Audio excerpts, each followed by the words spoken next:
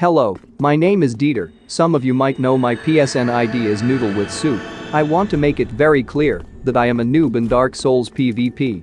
So this video isn't about boasting any PvP skill, but rather telling a story, how I became friends with some of the most toxic gankers in the Dark Souls community without any clue, and how over time my perception about them changed as their toxic nature revealed itself, where I reached a point that I feel ashamed talking to them anymore.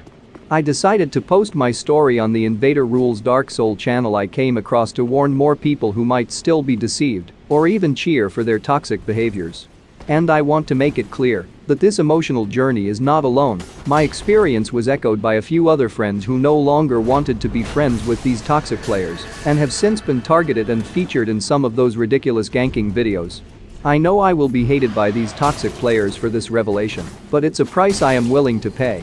I will break down my confession in a few small videos, with each episode referring to one toxic player at a time. Today I invaded this squad with this Phantom Golden Bull. I only found out this year that this is an alt of Yazin, despite I have fought this ID at meta many times.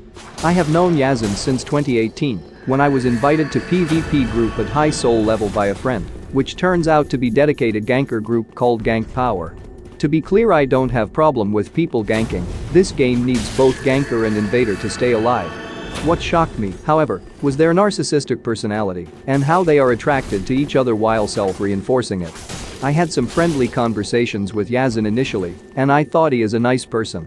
Things turned when one of our common friends in the group who became a dedicated invader was openly targeted by those keyboard warriors. After some investigation and discussion, including some encounter at meta when I was doing solo survival, I uncovered that the Yazin who I thought was nice made threats to send ISIS to cut off Invader's head in real life, stalking Invader's social media, and put Invader's family photo as his profile picture, has a long history of pulling plugs and hold hatred towards women. I was told by friends that his real name is Muhammad, lives in Iraq, working in an oil firm, has a few young children. I wonder how his family feels about it when they know their husband or father has such a toxic personality behind a screen.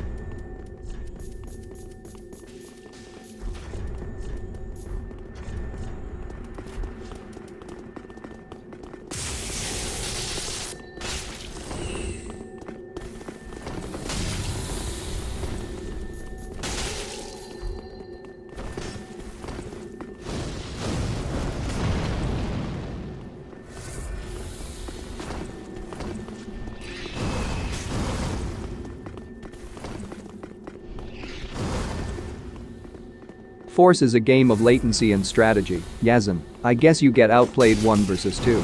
Take this little brown souvenir to remind the many encounters with your alt at meta.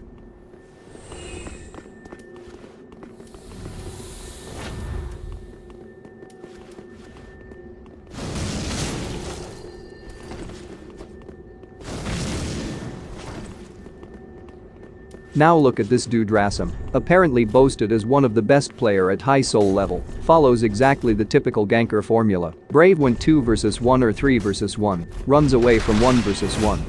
I mean, come on, it's true you lost 2 phantoms just now, but you have a friendly red in your world, you can always run for resummon if you are outnumbered. But no, 1 versus 1 is too much for you, even against a noob like me. That's why I decided to crystal out what's the fun of fighting this type of people. There are actually players who enjoy ganking that I can respect, either because they have skills or they just enjoyed the thrill without worrying about losing.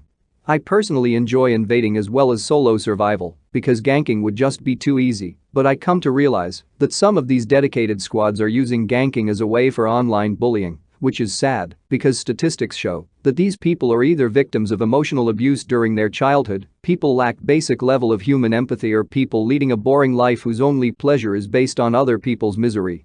Anyway, Yazin, I am going to unfriend you from now on, but hopefully you can change over time and become a better person when you mature mentally.